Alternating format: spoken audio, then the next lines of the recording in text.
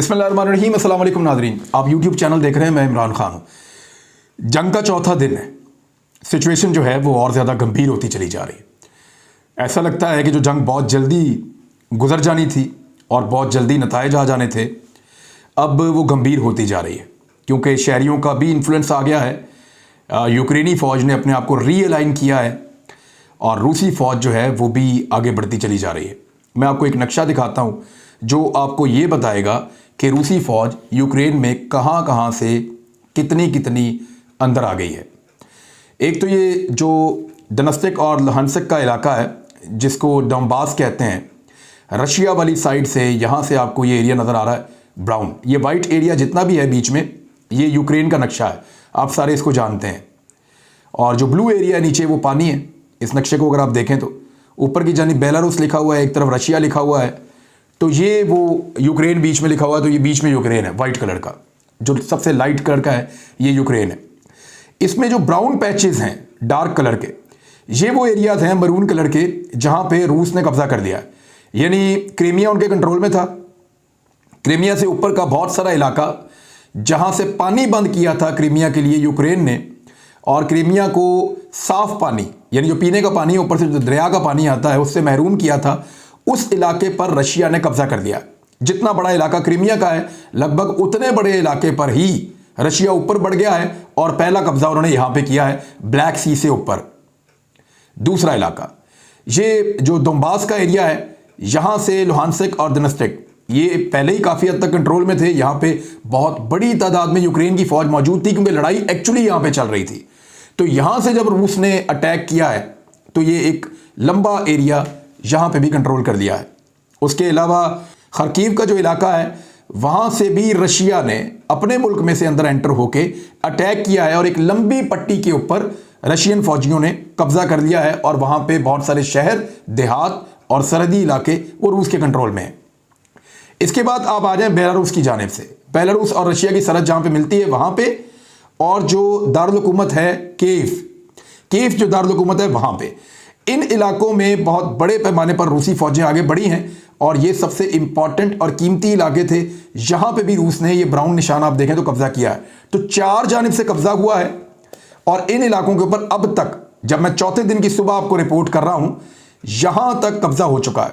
शाम को कहां तक ये जाते हैं उसके बारे में जब नए मैप्स आएंगे तो मैं आपको मजीद बताऊंगा, लेकिन इस एरिया तक इस वक्त कंट्रोल हासिल कर लिया है रूसी फौजों ने।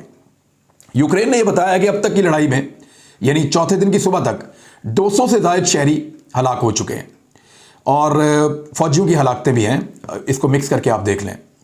यूक्रेनी वज़ीर सेहत के मुताबिक अब तक रूस के हमलों में 3 बच्चों समेत कुल 198 यूक्रेनी शहरी मारे गए हैं। उनका कहना है कि 1115 अफराद जख्मी हुए हैं, जिनमें 33 बच्चे भी शामिल हैं। रूस को तमाम अतराफ से हमले का हुक्म दिया गया है। जैसा कि मैंने आपको मैप दिखाया था, रूसी वजारत दिफा के मुताबिक मॉस्को और कीव के दरमियान मुज़ाकरात की उम्मीद में जुमे को लड़ाई में वक्फा किया गया। यानी ये पहले भी मैंने आपको बताया था कि जुमे वाले दिन लड़ाई में वक्फा किया गया था, कल के दिन, और वो इसलिए था कि शायद मुज़ाकरात हो जाएंगे। लेकिन फिर ये रूस ने इल्ज़ाम लगाया कि यूक्रेन ने वक्फे से फ़ायदा उठाते हुए अपनी फोर्सेस की तरतीबें नौ की है, दोबारा से उनको मुनज़्ज़म करके खड़ा किया है। और लेकिन यूक्रेन की जानिब से मुज़ाकरात से इनकार के बाद हमले का दोबारा आगाज़ कर दिया गया है। रूस के सरकारी खबर रसां इदारे RIA ने मुल्क की वजारत दिफा के हवाले से रिपोर्ट किया है कि यूक्रेन में मौजूद रूसी फौजी यूनिटों को जुम्मे के वक्फे के बाद तमाम अतराफ से हमला दोबारा शुरू करने का हुक्म जारी कर दिया गया है। रूसी वजारत दिफा का दावा है कि उनके फौजियों ने यूक्रेन के जनूबी इलाके का जो अहम तरीन शहर है मेलिटोपोल, उस पर कब्जा कर लिया है। यूक्रेन पर मॉस्को के हमले के बाद से कब्जे में लिया जाने वाला यह पहला बड़ा और अहम शहर है।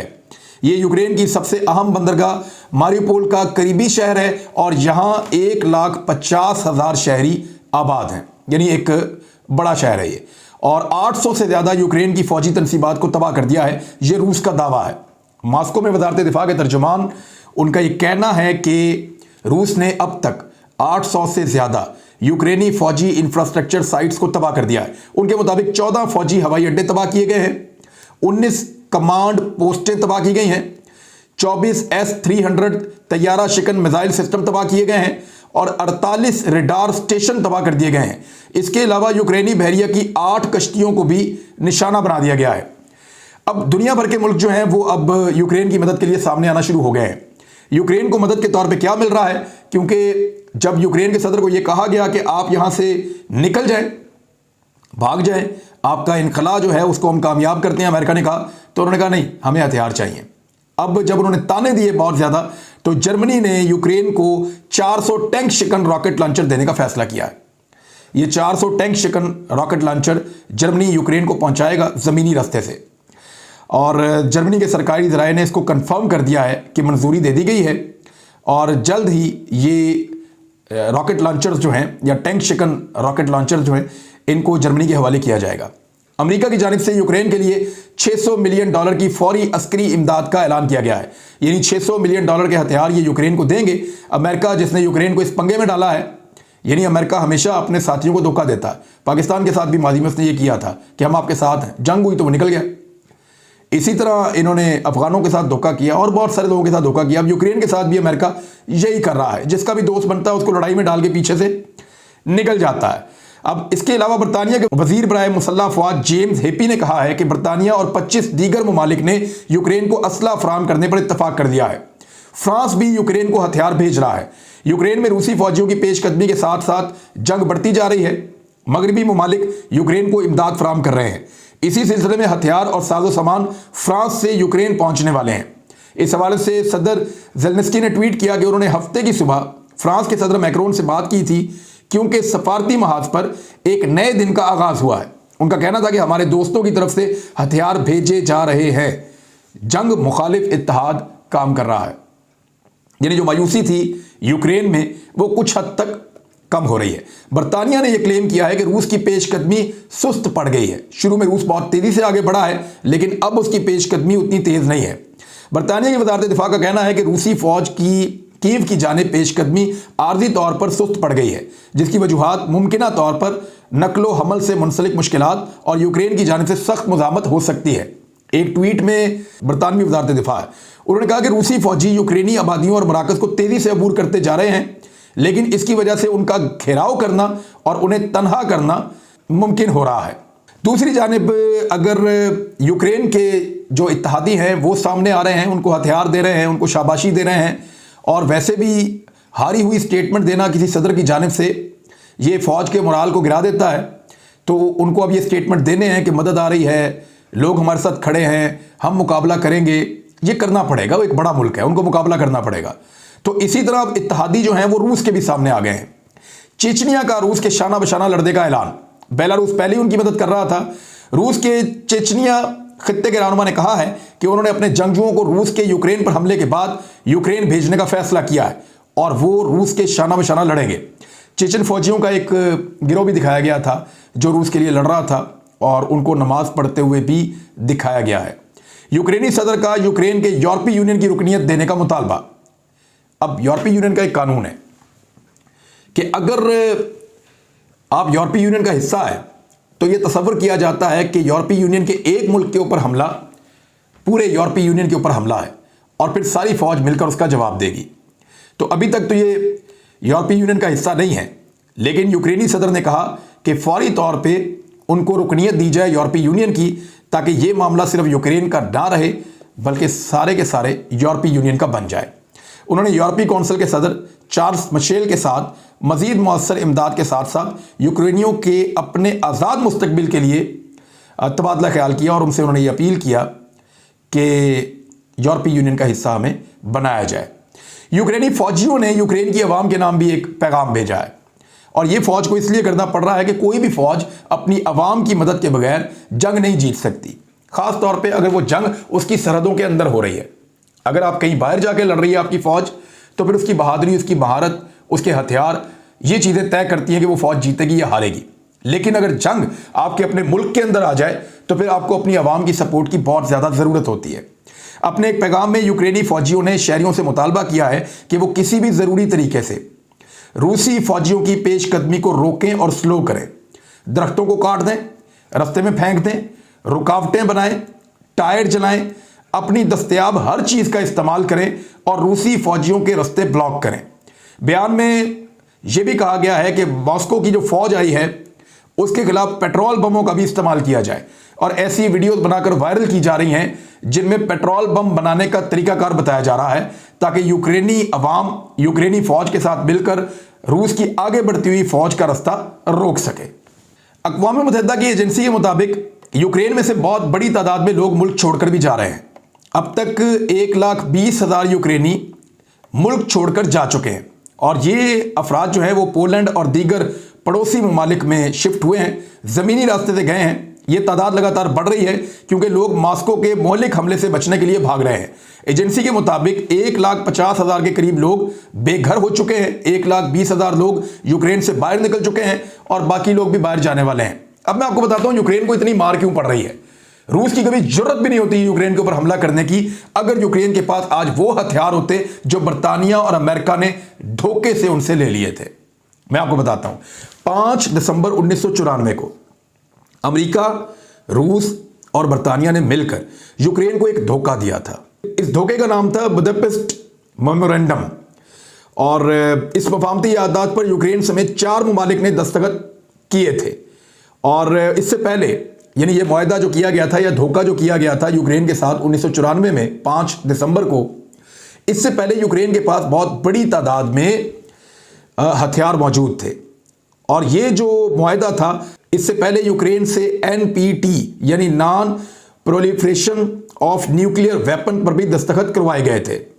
बुदापेस्ट मेमोरेंडम से पहले यूक्रेन एटमी हथियार रखने वाले ममालिक की रैंकिंग में अमेरिका और रूस के बाद पूरी दुनिया में तीसरे नंबर पे था। यानी 1994 तक या आप कह लें 5 दिसंबर 1994 तक यूक्रेन दुनिया का तीसरा सबसे बड़ा एटमी सलाहियत रखने वाला मुल्क था। लेकिन इस मफाहमत के जरिए या इस धोखे के जरिए यूक्रेन को एटमी हथियारों से पाक कर दिया गया। जौहरी हथियार हवाले करने की इस याददाश्त में बेलारूस और कजाकिस्तान भी शामिल थे। इन ममालिक ने भी एटमी वॉरहेड रूस के सपुर्द कर दिए। यानी बेलारूस के पास भी एटमी हथियार थे, यूक्रेन के पास भी एटमी हथियार थे और दीगर कुछ ममालिक के पास, कजाकिस्तान के पास भी एटमी हथियार थे और बहुत बड़ी तादाद में थे। यूक्रेन के पास इतने हथियार थे कि अमेरिका और रूस के बाद सबसे ज्यादा एटमी हथियार यूक्रेन के पास थे। और जिस मुल्क के पास एटमी हथियार हो उसके ऊपर हमला करने का मतलब यह है कि वो अपने आप को भी तबाह कर लेगा लड़ाई के नतीजे में और आपको भी पूरी तरह तबाह कर लेगा। तो उसकी डेटरेंस हमेशा कायम रहती है। पाकिस्तान ने जब से एटमी सलाहियत हासिल की है कोई बड़ी जंग पाकिस्तान के खिलाफ नहीं हुई और जितने भी मुल्क एटमी हथियार रखते हैं दूसरा एटमी मुल्क उससे लड़ने की जरूरत नहीं करता क्योंकि एटमी जंग के नतीजे में सारी दुनिया ही तबाह हो जाएगी। लिहाजा एटमी सलाहियत के हामिल मुल्कों से बाकी मुल्क इसलिए पूरी जंग नहीं करते कि अगर इनको तबाह किया तो हमें भी तबाह कर देंगे। तो आज अगर यूक्रेन के पास वो एटमी हथियार होते, बर्तानिया ने, अमेरिका ने धोखा ना दिया होता बुदापेस्ट मेमोरेंडम के जरिए से यूक्रेन की उस वक्त की हुकूमत को और उनको दिखाया क्या था, सुनहरी ख्वाब दिखाए थे कि आप तरक्की करेंगे, आपके लिए रास्ते खोल दिए जाएंगे, आपको गैस मिलेगी, आपको बिजली मिलेगी, आपको सस्ते कर्जे मिलेंगे, आपको तजारत के मौके दिए जाएंगे, आपके लोगों को नौकरियां दी जाएंगी, बेशुमार लालचें दी गई थी। ये वही लालचें जो पाकिस्तान को भी लोग देते हैं। पाकिस्तान में बहुत सारे लोग कहते हैं ना एटम बम के साथ रोटी खानी है, बंद करो मिसाइल टेक्नोलॉजी। बहुत सारे लोग कहते हैं ना मिसाइल चाहिए, ना एटम बम चाहिए, ना हथियार चाहिए, गरीबों की गुर्बत दूर करो। तो यूक्रेन ने यही किया था, उन्होंने एटम बम भी छोड़ दिया, मिसाइल भी छोड़ दिए, एक नॉर्मल सी फौज रख ली और गरीबों की गुर्बत दूर कर दी। अब एक अमीर मुल्क बन गया, बेहतरीन मुल्क बन गया।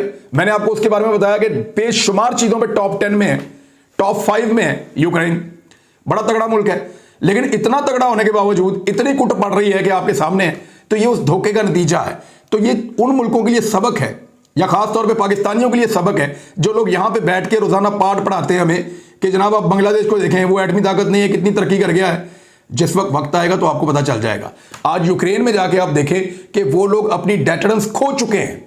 उनके पास ऐसा कोई हथियार नहीं है जिससे वो रूस को डराएं। अगर उनके पास 10 एटम बम भी होते तो वो रूस को खौफजदा कर देते कि अगर आप यहां से आगे बढ़े तो हम एटमी हमला कर देंगे आपके ऊपर। तो 10 में से 2 तो फट जाते ना, रूस का बेड़ा गर्क हो जाता। लेकिन आज उनके पास ऐसा कुछ नहीं है। उनकी आप समझ लें उनकी आजादी छिन गई है, उनकी ताकत छिन गई है। उनका लड़ने का हौसला छिन गया है, क्योंकि उनके पास वो हथियार ही नहीं है। ये भी लोग मैं यहाँ पे ख़त्म कर रहा हूँ। बताने के लिए और बहुत कुछ है कि चीन और रूस के दरमियान नया क्या चलने जा रहा है, क्योंकि अब चीन रूस के लिए एक बहुत बड़ी उम्मीद बन चुका है। कैसे, आने वाले वीलॉग में कुछ और बड़ी इंपॉर्टेंट चीज़ें, रूस पे पाबंदियाँ कौन सी लगी हैं वो भी आपको बताऊँगा, बहुत अहम मालूमात। लेकिन अब तक के लिए इतने, अपना ख्याल रखिएगा, अपने इस चैनल का भी। अल्लाह हाफ़िज़।